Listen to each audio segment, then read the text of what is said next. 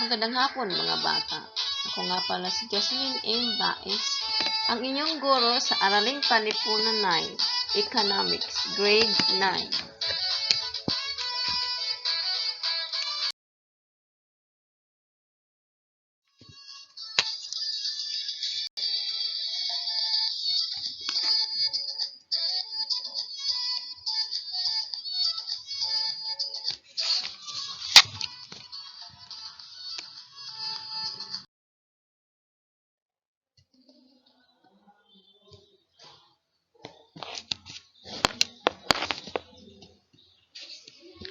Ang paksang tatalakayin natin ngayon ay tungkol sa pagkonsumo. Pero bago natin simulan ang ating leksyon sa umagang ito, mayroon akong ipapakita sa inyo na isang video. Basahin at unawain ito.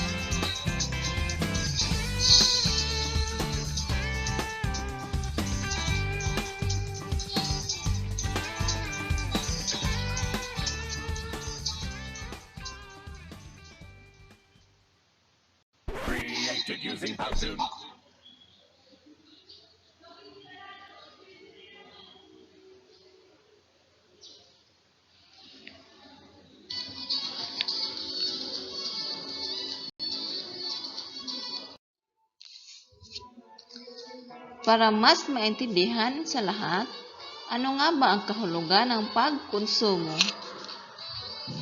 Sinasabing ang lahat ng tao ay consumer. Ang pagkonsumo ay bahagi ng buhay ng tao, simula ng kaniyang pagsilang sa mundo. Simula sa gatas, gamot, bitamina, lampin, bakuna, at marami pang iba ay mga bagay na kanyang kinukonsumo. Habang patuloy na nabubuhay ang tao, ay patuloy pa rin siya sa pagkonsumo. Ang pagbili ng produkto at serbisyo ay nangangahulugan ng pagtatamo sa kapakinabangan mula rito bilang tugon sa pangangailangan at kagustuhan ng tao. Ang napakaraming pangangailangan at kagustuhan ng tao ang dahilan kung bakit may pagkonsumo. Ayon nga kay Adam Smith, sa kanyang aklat na An Inquiry into the Nature of Causes of the Wealth of Nations, ang pangunahing layunin ng produksyon ay ang pagkonsumo ng mga tao.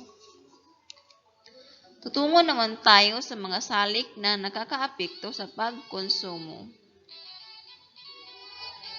May iba't ibang salik na nakakaapekto sa pagkonsumo ng isang tao. Ang pagkakaiba ng kanilang katangian ang dahilan kung bakit nagkakaiba ang paraan at dahilan ng kanilang pagkonsumo. Sa ibaba ay mababasa ang ilan sa mga salik na nakakaapekto sa pagkonsumo ng isang tao. Una, pagbabago ng presyo. May pagkakataon na nagiging motibasyon ang presyo ng produkto o serbisyo sa pagkonsumo ng isang tao. Kalimitan, mas mataas ang pagkonsumo kung mababa ang presyo, samantalang mababa ang pagkonsumo kapag mataas ang presyo. Kadalasan, mas tinatangkilik ng mga mamimili ang produkto o serbisyo kapag mura dahil mas marami silang mabibili. Samantala, kaunti naman ang kanilang binibili kung mataas ang presyo nito. Pangalawa, kita. Nagdidikta sa paraan ng pagkonsumo ng isang tao. Ayon kay John Maynard Keynes, isang ekonomistang British, sa kanyang aklat na The General Theory of Employment, Interest and Money na inilathala noong 1936. Malaki ang kaugnayan ng kita ng tao sa kanyang pagkonsumo. Ayon sa kanya, habang lumalaki ang kita ng tao ay lumalaki rin ang kaniyang kakayahan na kumonsumo ng mga produkto at serbisyo. Sa kabilang banda, ang pagbaba ng kita ay nangangahulugan ng pagbaba ng kakayahang kumonsumo. Kaya naman, mapapansin na mas marami pinamimili ang mga taong may malaking kita kung ihahambing sa mga taong may mababang kita lamang. Pangatlo, mga inaasahan. Ang mga inaasahang mangyayari sa hinaharap ay nakakaapekto sa pagkonsumo sa kasalukuyan. Halimbawa, kung inaasahan ng mga tao na magkakaroon ng kakulangan sa supply ng produkto dahil sa kalamidad, tataas ang pagkonsumo nito sa kasalukuyang panahon bilang paghahanda sa pangangailangan sa hinaharap. Gayon din, kapag may banta ng kaguluhan sa isang lugar o may inaasahang pagkakagastusan sa hinaharap, ang mga tao ay pinipilit na huwag munang gastusin ang salapi at binabawasan ang pagkonsumo upang mapaghandaan ang mangyayari sa mga susunod na araw o panahon. Kung positibo o maganda naman ang pananaw sa hinaharap, maaga pa sa inaasahan ay tumataas na ang pagkonsumo dahil hindi pa natatanggap ang inaasahang salapi tulad ng pagtanggap ng bonus at iba pang insentibo. Pagkakautang. Kapag maraming utang na dapat bayaran ang isang tao, maaaring maglaan siya ng bahagi ng kanyang salapi upang ipambayad dito. Ito ay magdudulot ng pagbaba sa kanyang pagkonsumo dahil nabawasan ang kanyang kakayahan na makabili ng produkto o serbisyo. Tataas naman ang kakayahan niyang kumonsumo kapag kaunti na lamang ang binabayaran ng utang. Tutungo naman tayo sa demonstration effect. Madaling maimpluwensyahan ang tao ng mga anunsyo sa radyo, telebisyon, pahayagan at maging sa internet at iba pang social media. Ginagaya ng mga tao ang kanilang nakikita, naririnig, at napapanood sa iba't ibang uri ng media. Kaya naman tumataas ang pagkonsumo dahil sa nasabing salik. Ang mga taong hindi naman naimpluwensyahan ng nabanggit ay may mababang pagkonsumo, lalo na sa mga bagay na uso at napapanahon lamang. So, ang mga salik na nakakaapekto sa pagkonsumo ay ang pagbabago ng presyo, kita, mga inaasahan, pagkakautang at demonstration effect. Tutungo naman tayo sa matalinong mamimili. Bahagi na ng buhay ng tao bilang consumer ang bumili at gumamit ng mga produkto at serbisyong ipinagbibili sa pamilihan. Sa pagbili ng mga produkto at serbisyo, ano-ano ang mga isinasaalang mo? Bumibili ka ba ng produkto dahil sa mayroon ito ang iyong kaklase o bumibili ka dahil ang produkto ay sale? Kahit hindi mo naman kinakailangan. Ano man ang iyong dahilan sa pagbili ng mga produkto o serbisyo, kailangan mong isaalang-alang ang value for money. Basahin mo ang teksto upang magkaroon ka ng gabay at sapat na kaalaman upang maging matalino sa pamimili. Mga pamantayan sa pamimili. Nais ng lahat na maging matalinong mamimili dahil ibig sabihin nito ay nasusulit natin ang bawat sentimong ating ginagastos para sa bawat produkto. So, mayroon tayong 7 mga pamantayan sa pamimili. Una, mapanuri. Sinusuri ang produktong bibilhin. Tinitingnan ang sangkap, presyo, timbang, pagkakagawa at iba pa.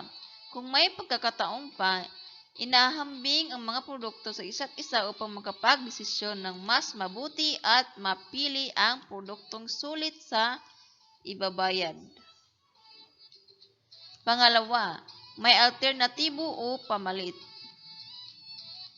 May mga panahon na walang sapat na pera ang mamimili upang bilhin ang mga produktong dati nang binibili. Maaari din nagbago na ang kalidad ng produktong dati nang binibili. Ang matalinong pamimili sa ganitong pagkakataon ay marunong humanap ng pamalit upang halili na makatutugon din sa pangangailangan ng tinutugunan ng produktong dating binibili. Pangatlo, hindi nagpapadaya. May mga pagkakataon na ang mamimili ay mapapatapat sa isang tindero o tinderang may hindi magandang hangarin. Ang matalinong mamimili ay laging handa, alerto at mapagmasid sa mga maling gawain lalo na sa pagsusukli at paggamit ng timbangan. Makatwiran. Lahat ng consumer ay nakakaranas ng kakulangan sa salapi o limitadong budget. Kaya sa pagpili ng isang produkto ay isinasaalang-alang ang presyo at kalidad nito.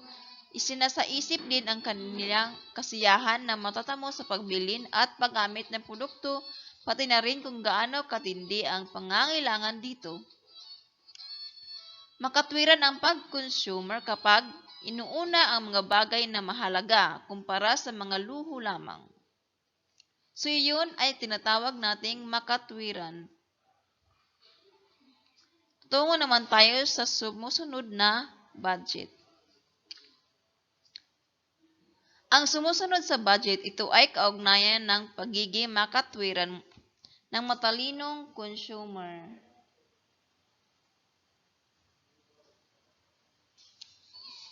Tinitimbang niya ang mga bagay-bagay ayon sa kanyang budget. Hindi siya nagpapadala sa mga popularidad ng produkto na mas may mataas na presyo upang matiyak na magiging sapat ang kanyang salapi sa kanyang mga pangangailangan. Pang-anim na pamantayan sa pamimili. Hindi nagpapanik buying. Ang artificial na kakulangan na bunga ng pagtatago ng mga produkto ng mga nagtitinda upang mataas ang presyo ay hindi ikinabahala ng isang matalinong consumer dahil alam niyang ang pagpapanik buying ay lalo lamang magpapalala ng sitwasyon. Hindi nagpapadala sa anunsyo. Ang pag-endorso ng produkto ng mga artista ay hindi nakapagbabago sa pagkonsumo ng isang matalinong consumer. Ang kalidad ng produkto ay tinitingnan at hindi ang paraan ng pag-anunsyo na ginagamit. So, ang 7 mga pamantayan sa pamimili, una, mapanuri, pangalawa, may alternatibo o pamalit, pangatlo, hindi nagpapadaya, pang-apat, makatwiran, panglima, sumusunod sa budget, pang-anim, hindi nagpapanik buying, at panghuli, hindi nagpapadala sa anunsyo. Tutungo naman tayo sa batas na nangangalaga sa kapakanan ng mga mamimili. Nakatakda sa Republic Act 7394 Consumer Act of the Philippines. Ang kalipunan ng mga patakarang nagbibigay ng proteksyon at nangangalaga sa interes ng mga mamimili. Isinusulong din ng batas na ito ang kagalingan dapat makamit ng lahat ng mamimili. Itinatadhana ng batas na ito ang mga pamantayang dapat sundin sa pagsasagawa at operasyon ng mga negosyo at industriya. Ang sumusunod ang binibigyang pansin ng batas na ito. Una, kaligtasan at proteksyon ng mga mamimili laban sa panganib sa kalusugan at kaligtasan. Pangalawa, proteksyon laban sa mapanlinlang at hindi makatarungang gawaing may kaugnayan sa operasyon ng mga negosyo at industriya. Pangatlo, pagkakataong madinig ang reklamo at hinaing ng mga mamimili. At ang panghuli,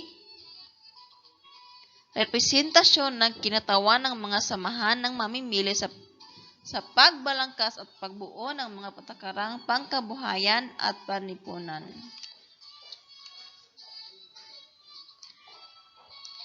So, mayroon tayong 8 karapatan ng mamimili. Ang Kagawaran ng Kalakalan at Industriya, Department of Trade and Industry ay naglabas ng 8 karapatan ng mga mamimili upang maging gabay sa kanilang transaksyon sa pamilihan. Una, karapatan sa mga pangunahing pangangailangan. May karapatan sa sapat na pagkain, pananamit at masisilungan. Pangangalagang pangkalusugan, edukasyon at kalinisan upang mabuhay. Ang pangalawang karapatan ay ang karapatan sa kaligtasan.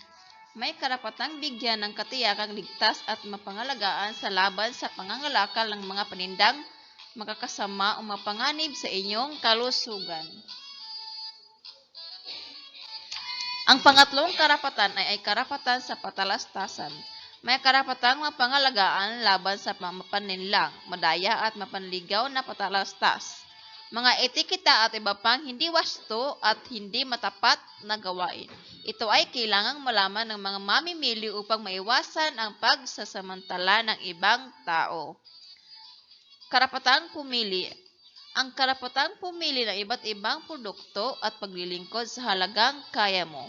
Kung ito ay monopolisado sa pribadong kumpanya, ay dapat na magkaroon ka ng katiyakan sa kasi-kasiya, uri at halaga ng produkto nila. Karapatang dinggin. May karapatang makatiyak na ang kapakanan ng mamimili ay lubusang isaalang-alang sa paggawa at pagpapatupad ng anumang patakaran ng pamamahalaan. Karapatang bayaran at tumbasan sa anumang kapinsalaan. May karapatang bayaran at tumbasan sa anumang kapinsalaan na nagbuhat sa produkto na binili mo. May karapatan kang mabayaran sa anumang kasinungalingan, mababang uri ng paninda o paglilingkod na ibibigay sa ipinagbibili kahit na ito ay sa pagkakamali, kapabayaan o masamang hangarin. Dapat na magkaroon ka na walang bayad na tulong sa pagtatanggol sa hukuman o ng pag-aayos sa paghahabol. Ang karapatan sa pagtuturo tungkol sa pagiging matalinong mamimili. May karapatan sa consumer education, nagtatanong at nagtatanggol sa iyong karapatan. Ito ay nagtataglay ng karapatan sa katalinuhan at kaalaman na kinakailangan upang magawa ng hakbangin makatutulong sa mga desisyong pagmamimili. Karapatan sa isang malinis na kapaligiran. May karapatan sa kalayaan, pagkakapantay-pantay at sapat ng mga kalagayan sa buhay na nagbibigay pahintulot sa isang marangal at maayos na pagkatao at ikaw ay may malaking pananagutan sa pangangalagaan at pagkabutihin na ang inyong kapaligiran para sa kalusugan at kinabukasan ng ating saling lahi. Tutungo naman tayo sa 5 pananagutan ng mga mamimili. Ang kagawaran ng kalakalan at industriya ay nagpalaganap rin ng 5 pananagutan ng mga mamimili. Ang sumusunod ay ang mga pananagutang binabanggit. Una, mapanuring kamalayan. Ang tungkuling maging listo at mausisa tungkol sa kung ano ang gamit, halaga at kalidad ng mga paninda at paglilingkod ng ating ginagamit. Pangalawa, pagkilos. Ang tungkuling maipahayag ang ating sarili at kumilos upang makatiyak sa makatarungang pakikitungo. Kung tayo'y mananatili sa pagwawalang bahala, patuloy tayong pagsasamantalahan ng mga mandarayang pangangalakal. Ang pangatlong 5 pananagutan ng mga mamimili ay ang pagmamalasakit sa panlipunan. Ang tungkuling alamin kung ano ang ibubunga ng ating pagkonsumo ng mga kalakal at serbisyo sa ibang mamamayan.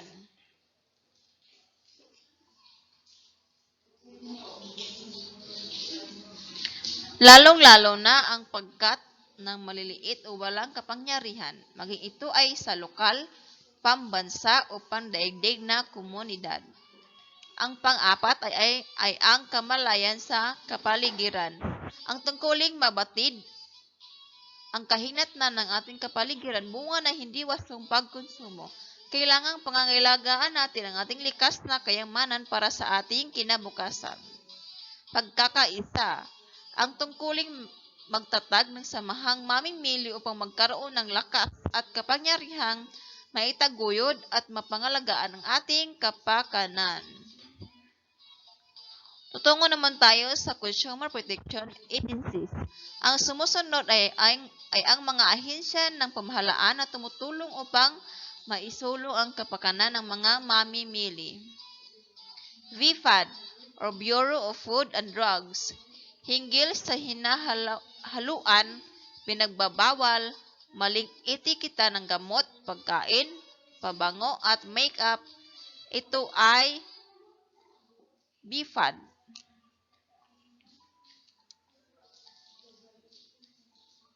Sa City or Provincial Municipal Treasurer, hinggil sa timbang at sukat, madayang timbangan at mapanlinlang na pagsukat, ito ay nakabase sa City, Provincial, Municipal Treasurer. Ang DTI o Department of Trade and Industry hinggil sa paglabag sa batas ng kalakalan at industriya, maling etiketa ng mga produkto, madaya at mapanlinlang na gawain ng mga ngalakal. Ang ERC ay Energy Regulatory Commission. Reklamo laban sa pagbibinta ng di wastong sukat o timbang ng mga gasolinahan at mga ngalakal ng liquefied petroleum gas. Environmental Management Bureau o DENR, EMB, namamahala sa pangangalaga sa kapaligiran, polusyon. Halimbawa ay pagsalaula sa hangin at tubig. FPA o Fertilizer and Pesticide Authority, hinggil sa hinaluan o pinagbabawal, maling etikitan ng pamatay insekto at pamatay salot. Housing and Land Use Regulatory Board, nangangalaga sa mga bumibili ng bahay at lupa, pati rin ang mga subdivision. Insurance Commission, hinggil sa hindi pagbabayad ng kabayaran ng siguro. Philippine Overseas Employment and Administration, reklamo laban sa illegal recruitment activities. PRC o Professional Regulatory Commission, hinggil sa mga hindi matapat na pagsasagawa ng propesyon, kabilang na ang mga accountant, doktor, engineer at iba pa. At ang panghuli, Securities and Exchange Commission o SEC, hinggil sa paglabag sa binagong Securities Act tulad ng pyramiding na gawain. So dito nagtatapos ang ating leksyon sa umagang ito. Kung mayroon kayong mga katanungan, maaari kayong makipag-ugnayan sa aking cellphone number 0905-1571448. For your activity and evaluation, just visit our Gaitip link. Thank you and God bless.